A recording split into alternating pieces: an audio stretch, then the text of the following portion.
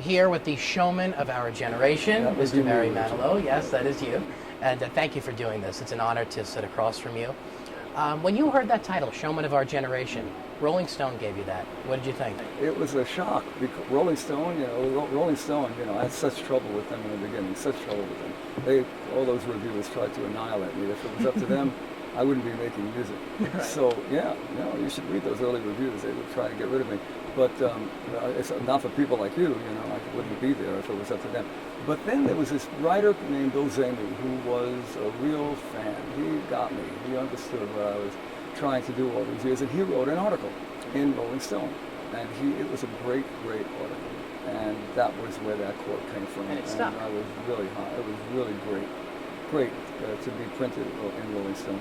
You would think that the editor of Rolling Stone would have stopped him from doing that because they must have known that I was going to use that quote for the rest of my life. Right. But they didn't, so maybe they agreed with him. I don't know. But it's fitting, though. It certainly is fitting. Let's talk about Manilow on Broadway. Yeah. So what made you go back to Broadway, nearly 25 years being away from that stage, and then you return? Well, I've actually done Broadway theaters twice, and I figured once before I croak one more time, I just wanted to see whether I could pull it off one more time, and so we booked the St. James Theater, a beautiful historic theater, right. And I thought it was going to be an exciting run. I didn't expect it to be what it was. It was out of the park. It's one of the top 3 experiences of my career. Coming back to New York, it was the most emotional 6 weeks. These people in that audience, it was like Cousin Barry comes home.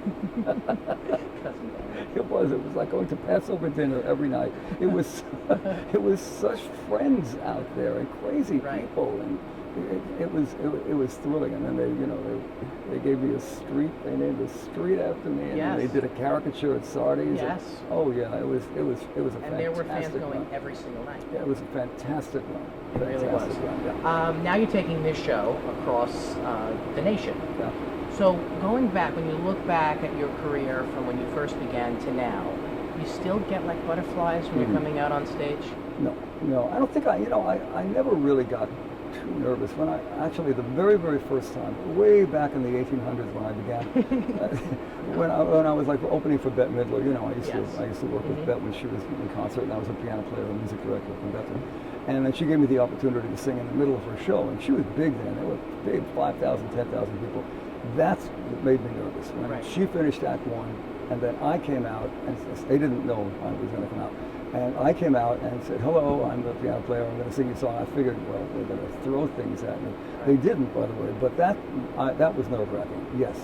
But when I got myself my own band and my own albums, and after the first couple of months, when I got used to it, the nerves went away. I got friendly with the audiences, and I was very comfortable with my band and the music, and the nerves went away. I mean, when I did the Nobel Peace Prize, and I knew King Olaf was out there, I was a little nervous about King Olaf, And when I've done the Royal Variety shows, and I know that the royalties out there, I wouldn't call it nerves. It's really exciting. It's very exciting, standing in the wings and hearing the audiences go nuts and knowing that there are some important people out there. It's exciting more than nerve-wracking. And there's the feedback, right? When did you know that you really actually made it? You said, I've made it.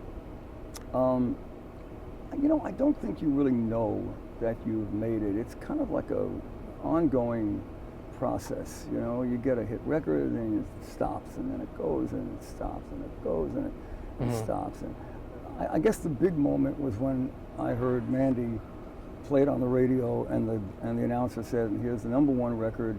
We were in Florida, in Dade County, Barry Manilow's Mandy.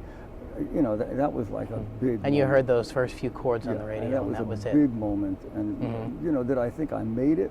I don't know then, but it was a big first moment. Yeah, I could imagine. Well, how does it make you feel that so many people are touched by your music? Because they really are, including myself. Well, it feels like what I do is worth killing myself for, because that's what I want to do. Right. I want to move people. you know, you know all about me. You know I don't consider myself a great singer. I never have. Right. But what I have tried to do is to communicate with an audience. That's the only thing I can do. I can make them feel something. I can interpret a lyric. I can make them laugh. I can make them, you know, feel something. Right. And so that makes me feel like I've done the job that I wanted to do. You know, I want to make people feel good. And they do, and you can tell because they keep coming to see you, right? Yes, and you should see the letters, and you should read what they write to me. I can only imagine. It's just unbelievable. So what is the song you are most proud of that you wrote? Okay, it's two of them. Okay. It's Could It Be Magic? Okay. You know, because that's the Chopin prelude that I put a melody over, and One Voice, because I wrote that in a dream. I actually wrote it in a dream, really, in a dream. One Voice, yeah, wow, in a dream. The whole thing, words and melody. How does that process work? I don't know. How does that work? And I ran down the hallway to get remember the cassette machines, and I hit the record button, and I whispered it into the cassette machine, the whole thing, the rhymes and all, and then I went back to sleep, and then I played it the next day, and there it was, the whole thing. So who knows how these things happen.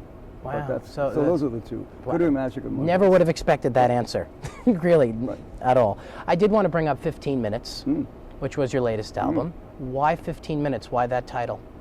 Well, Andy Warhol was famous for a quote. He said, in the future, everybody will be famous for 15 minutes. That's his famous quote. Yeah. And I think these days we can see with the American Idols and all the reality shows, everybody is famous for 15 minutes. Right. And so I thought, well, this is an album about somebody who wants fame, who gets it, who blows it, and who starts again. And I thought that would be a good title for an album that wants to tell that story. So that's why I called it 15 Minutes, 15 Minutes of Fame. And my favorite song, really, probably one of my all-time favorite songs, and it's off that album, is Bring On Tomorrow. Oh. What is the inspiration to Bring On Tomorrow? The inspiration is the storytelling. I mean, we wanted to have the story where he gets the job at the record company, and then he comes home to tell her that he's not to worry. He got the gig. He's got the job. They can pay the mortgage. He can take her out to dinner. They don't have to worry about it. Bring On Tomorrow, and we're going to make it together.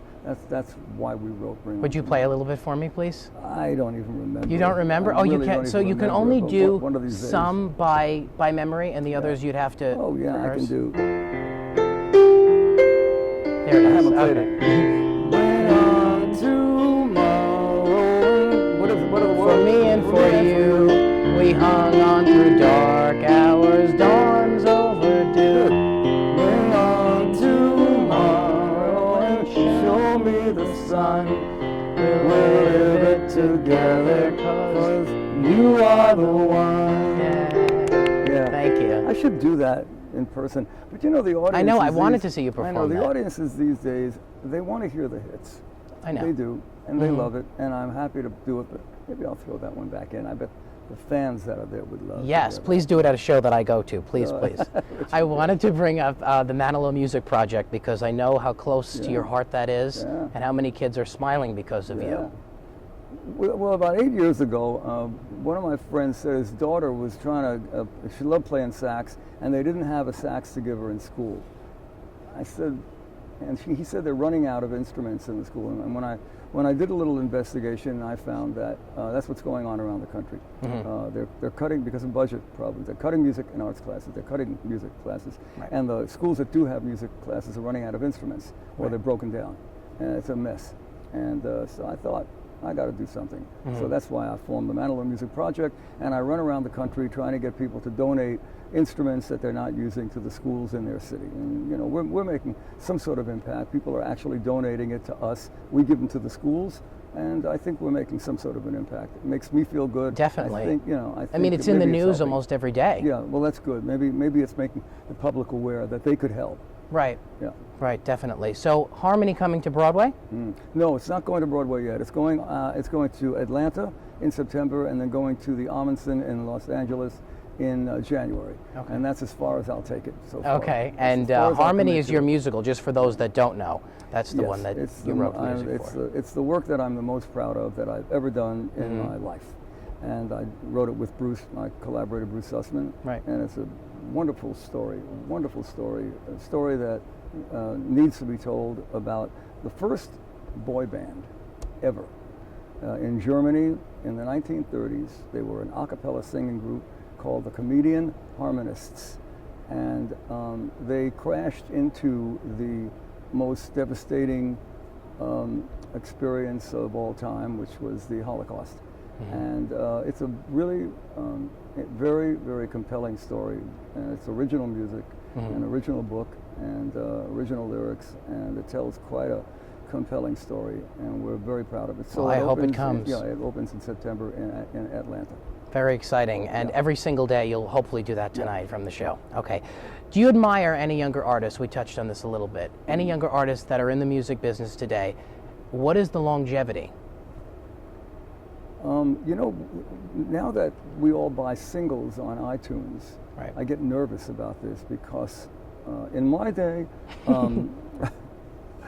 we made albums, and then, you know, you would see what the artist was made of. And you would say, wow, you know, this guy, I think maybe I'll buy another album full of his stuff because, hey, he does this and he does that and she does this and she does. These days it's single. You're kind of stuck. You get one single, and if you like it, that's the one you buy, and after that, you don't hear from them again. Right. And I think it's because we're not making albums and giving the public a chance to hear what people are made of. So I can't really tell what everybody's future is. However, there's a couple that, of course, is Justin Timberlake, who's the most talented person I've ever seen, and I love Bruno Mars. I think he's got it. Yeah. I think he's got it. And as far as the girls go, I think it's Lady Gaga for me. Yeah. Yeah. All those three, because you can collaborate with any one of those, which would be great. That would be great. If you can describe yourself in one word, what would it be? Musician. Musician. That's it. That's so me. you wouldn't say talented? No, that wouldn't come from me. You know, that's that would be my word. Yeah, that would be your word. No, for me, it's on my passport. It doesn't say singer, or it says musician, and that's who I am. That's who I am in my gut. You're a musician. Okay. Now, what's next after this? Is there more albums? Is there? Yeah, I've got 2 in the pipeline. You know, I always have projects. I recommend it. You know, it keeps you going. I always have projects. I've always got the next one. And so I've got 2 ideas for 2 albums. Okay. And of course harmony. Right. And of course some of these road things, because I don't, you know, I love working with my band and I love these audiences. As long as they come, I'll be there. So there's always projects, but I got 2 interesting ideas for 2 albums. So. Okay, so we look forward to that. Thank you, Mr. Manilow. This is an absolute pleasure. And good luck to you, Richard. Thank you very much. Thank you. It's a miracle.